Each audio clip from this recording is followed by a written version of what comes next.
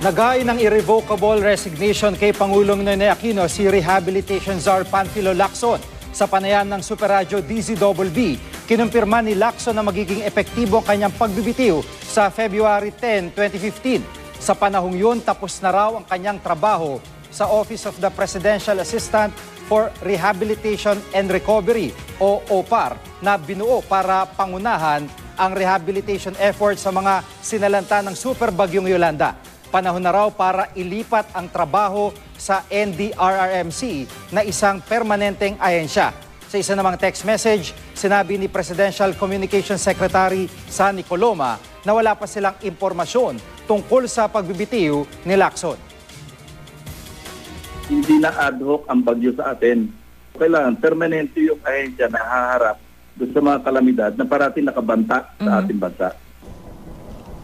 Payag naman daw si Lacson sakaling maatasan siyang mag-imbestiga sa mga anomalya sa New Bilibid Prison. Sang-ayon daw siya sa pagbuo ng independent body na tututok dito. In order yung proposal para na sa ganun, malawakan na at saka long-term na yung magiging rekomendasyon at ma-institutionalize na rin yung reform. Payag ako. Gusto ko nag-imbestiga ng mga ganyan eh.